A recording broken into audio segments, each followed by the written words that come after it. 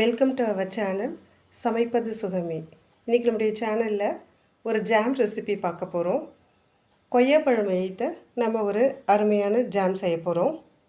வாங்க அதை எப்படி செய்யலான்னு பார்க்கலாம்.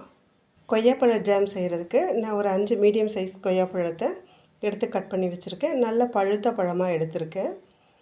இப்போ இந்த பழத்தை அரைச்சி எடுத்துகிட்டு வந்துடுறேன்.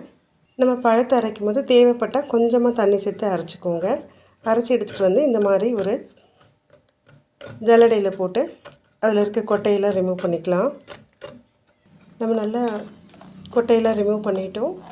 உங்களுக்கு இன்னும் கொஞ்சம் தண்ணி விட்டு இந்த மாதிரி கூட நல்லா எடுத்துக்கோங்க.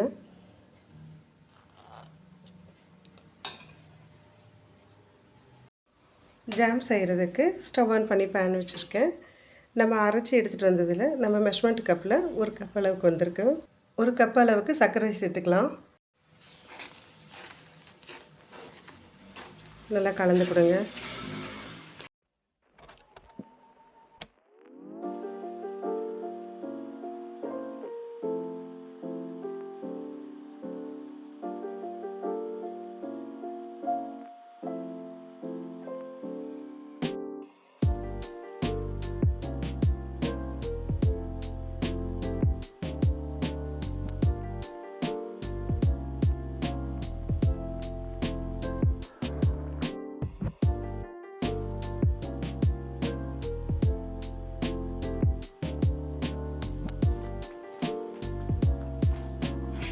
நம்ம போட்டதை விட இப்போ நல்லா வெந்து வந்துட்டுருக்கு.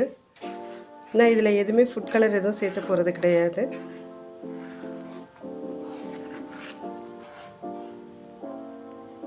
ஒரு 1/4 ஸ்பூன் அளவுக்கு லெமன் ஜூஸ் சேர்த்துக்கலாம். சேர்த்து விட்டுட்டு நல்லா கிளறி விடுங்க. ஒரு 8 நிமிஷம் போல் ஆயிருக்கு. நீங்கள் தண்ணியில் விட்டு பார்த்தீங்கன்னா உங்களுக்கு நல்ல பதம் வந்துடுச்சு தெரியுது. நம்ம இப்போ ஸ்டவ் ஆஃப் பண்ணிடலாம். இந்த மாதிரி வெது வெதுப்பாக இருக்கும் பொழுதே நம்ம இந்த மாதிரி கிளாஸ் பாட்டிலில் போட்டு ஸ்டோர் பண்ணிடலாம். ஆறுனா கொஞ்சம் இறுகிடும், அப்போ எடுத்து போடுறது கஷ்டமாக இருக்கும்.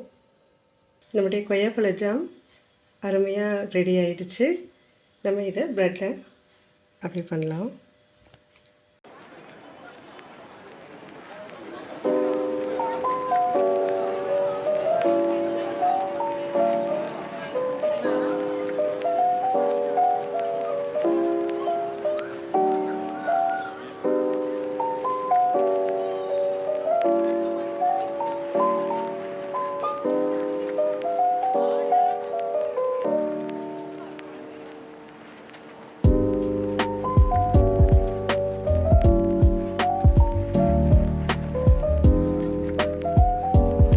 நீங்கள் இதே மாதிரி அளவுகளோடு உங்கள் வீட்டில் செஞ்சு பார்த்துட்டு எப்படி இருக்குன்னு கமெண்ட்ஸில் தெரியப்படுத்துங்க. Thanks for subscribing. Thanks for வாட்சிங்.